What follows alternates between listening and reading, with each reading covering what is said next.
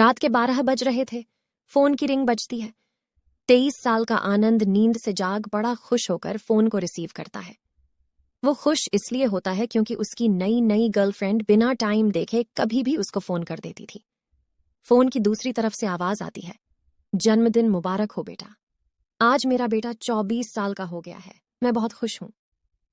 माँ की आवाज सुनते ही आनंद के चेहरे के एक्सप्रेशन बदल जाते हैं।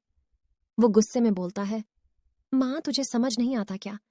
इतनी सी बात के लिए मेरी नींद खराब कर दी। यह बात तो तू मुझे सुबह भी बोल सकती थी। इतना कहकर वह फोन काट देता।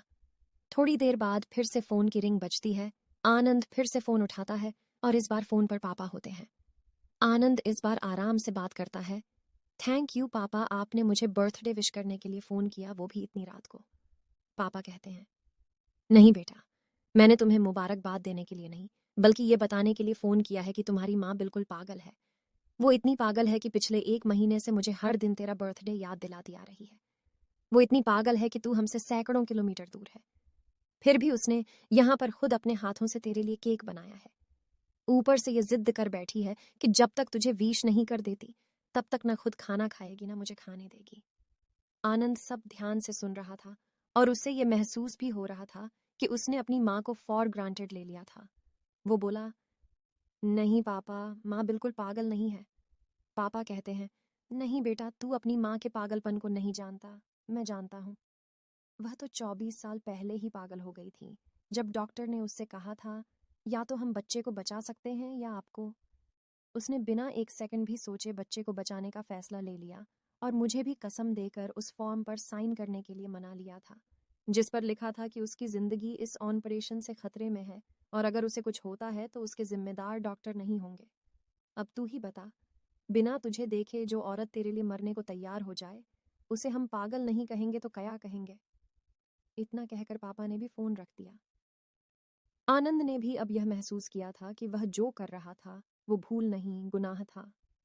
हाँ, एक बार किसी इंसान को दुख दो तो कोई बात नहीं, लेकिन भगवान को दुख देना गुनाह ही होता है और माँ भगवान से कम नहीं होती। पश्चाताप के आंसू उसकी आंखों से बह निकले। सवेरा होते ही आनंद अपने घर की ओर रवाना हो गया, अपने माँ बाप से माफी मांगने के लिए। घर पहुंचते ही उसने पहले माँ से माफी मांगी, जिसने उसे गले से लगा लिया। फिर वह अपने पापा से माफी मांगने लगा। पापा ने कहा, कोई बात नहीं बेटा, जा तू वापस चला जा।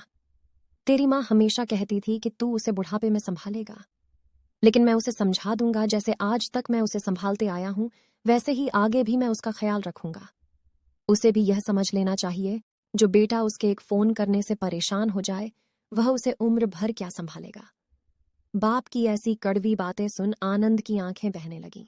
वो सर झुकाए अपने बाप के सामने चुपचाप खड़ा रहा। अपने बेटे को परेशान देख माँ आगे आती है और पापा को कहती है, जाने दीजिए, माफ कर दीजिए, हमारा ही बेटा है। माँ की ममता का मोल न कोई लगा पाया था, न कोई लगा पाएगा।